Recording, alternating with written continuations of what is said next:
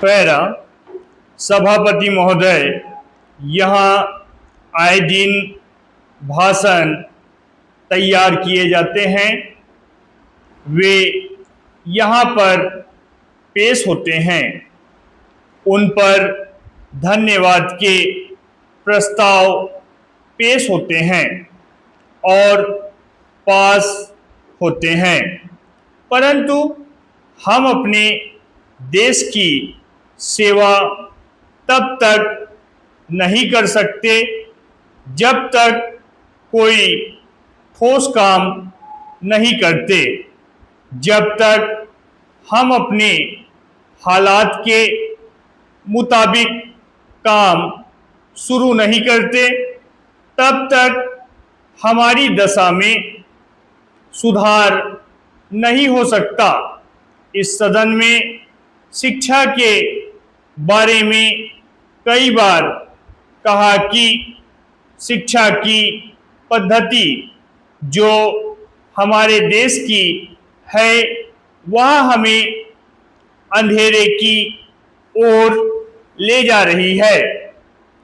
वह शिक्षा जिसके द्वारा इस देश ने संसार भर में गौरव प्राप्त किया था, वह शिक्षा जिसके द्वारा संसार ने हमें गुरु माना था, वह आध्यात्मिक शिक्षा जिसके द्वारा संसार लोहा मानता था, उसे हम त्याग रहे हैं और अब हम दूसरी शिक्षा की तरफ जा रहे हैं।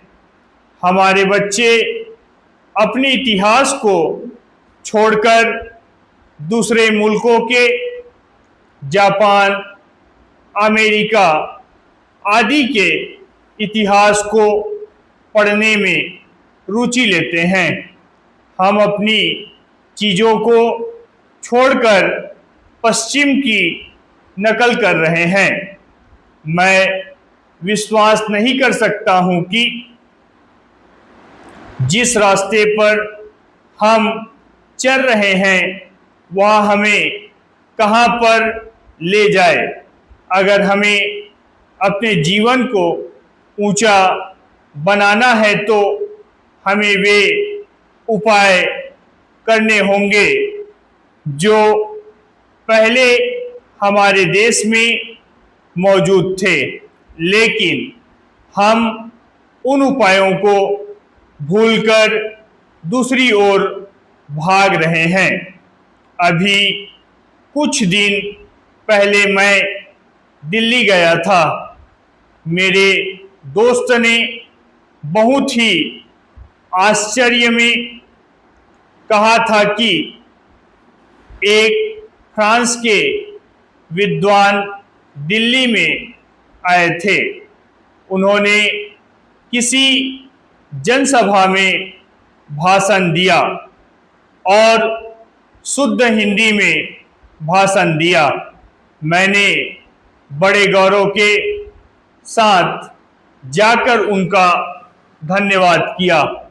जब मैंने धन्यवाद अंग्रेजी में किया तो वह कहने लगे कि क्या आपको हिंदी नहीं आती है? आप हिंदी में धन्यवाद क्यों नहीं करते? मेरे मित्र शर्म के मारे मुंह उठा न सके। मैं अर्ज करना चाहता हूं कि बाहर के विद्वान हिंदी में यहाँ आकर भाषण देते हैं और यहाँ के लोग अभी भी अंग्रेजी में बोलने पर गौरव करते हैं। यह किसी भी भारतवासी को शोभा नहीं देता। पैरा हर देश का जैसे अपना नाम आवश्यक है वैसे ही अपनी भाषा। वह देश अपने में अधूरा है जिसकी अपनी कोई भाषा नहीं। अंत में मैं यही कहूँगा कि यदि हमें उन्नति करनी है तो अपने पुराने गौरव को और अपनी जन्मभाषा को पुनः लौटाना होगा। स्टॉप।